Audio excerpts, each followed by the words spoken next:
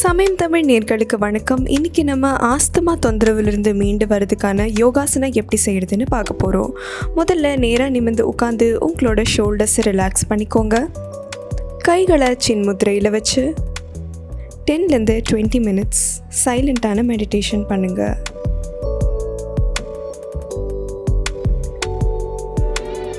ஒவ்வொரு தடவை இன்ஹேல் பண்ணும்போதும் பாசிட்டிவிட்டி இன்ஹேல் பண்ணி ஒவ்வொரு தடவை எக்ஸ்ஹேல் பண்ணும்போதும் நெகட்டிவிட்டி எக்ஸ்ஹேல் பண்ணுறதை ஃபீல் பண்ணுங்கள். உங்களோட உடம்பும் மனசும் கொஞ்சம் கொஞ்சமாக ரிலாக்ஸ் ஆகிறது உங்களால் ஃபீல் பண்ண முடியும். உங்களோட ப்ரீதிங் ப்ராசஸ் இன்ஹேல் பண்ணும்போது டீப்பாகவும் எக்ஸ்ஹேல் பண்ணும்போது ஸ்லோவாகவும் இருக்கணும். இது உங்கள் அடுத்த கட்ட ஹத யோகா ப்ராக்டிஸ் செஷனுக்கு ப்ரிப்பேர் பண்ணுது. இப்போது கண்களை மெதுவாக திறந்து உங்களோட கைகளை ஒன்றோட ஒன்று உரசி சூடு பரப்பிக்கோங்க. நல்லா கைகளில் சூடு பரப்பின அப்புறம் உங்களோட கண்கள் மேலேயும் முகத்து மேலேயும் வச்சு ஜென்ட்லாக மசாஜ் பண்ணுங்கள்.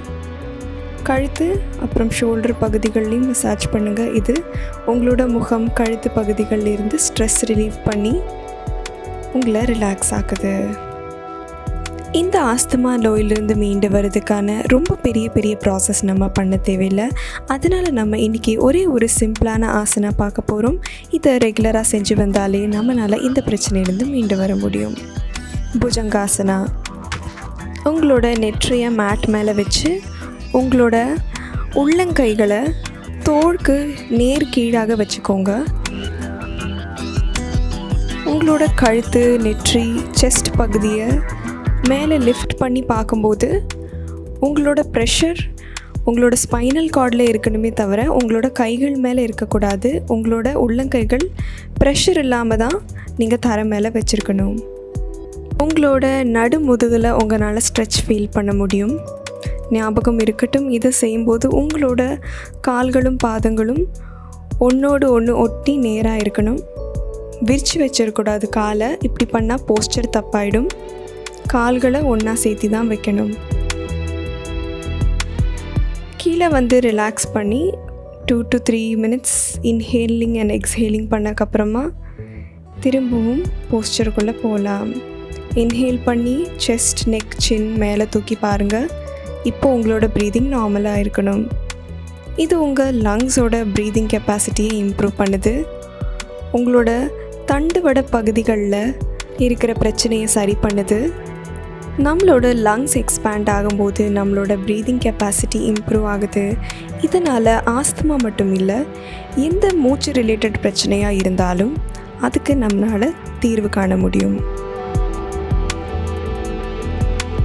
இந்த ப்ராக்டிஸ்க்கு அப்புறமா வஜ்ராசனத்தில் உட்காந்து டீப் ப்ரீதிங் பண்ணுங்கள். மூச்சை டீப்பாக உள்ளே இழுத்து ஸ்லோவாக வெளியில் விடுங்க. ஒவ்வொரு தடவை நீங்கள் மூச்சை உள்ளே இழுத்து வெளியில் விடும்போதும் உங்களால் உங்கள் உடம்புல நடக்கிற சேஞ்சஸை ஃபீல் பண்ண முடியணும். எந்த யோகா போஸ்டர் பண்ணக்கப்புறமும் நம்ம பண்ணுற கடைசியான இந்த ப்ரீதிங் ப்ராக்டிஸ் தான் அந்த போஸ்டரோட முழு பெனிஃபிட்டையும் நம்மளுக்கு தருது. இதை நம்ம காலையில் வெறும் வயிற்றில் பண்ணுறது நல்லது. அதாவது சாப்பிட்டு 4 மணி நேரம் கேப்பாவது இருக்கணும். இந்த வீடியோ உங்களுக்கு பிடிச்சிருந்துன்னா கண்டிப்பாக இந்த வீடியோவை லைக் பண்ணுங்கள், ஷேர் பண்ணுங்கள். சமயம் தமிழ் சப்ஸ்கிரைப் பண்ணாதவங்க மறக்காமல் சப்ஸ்கிரைப் பண்ணுங்கள்.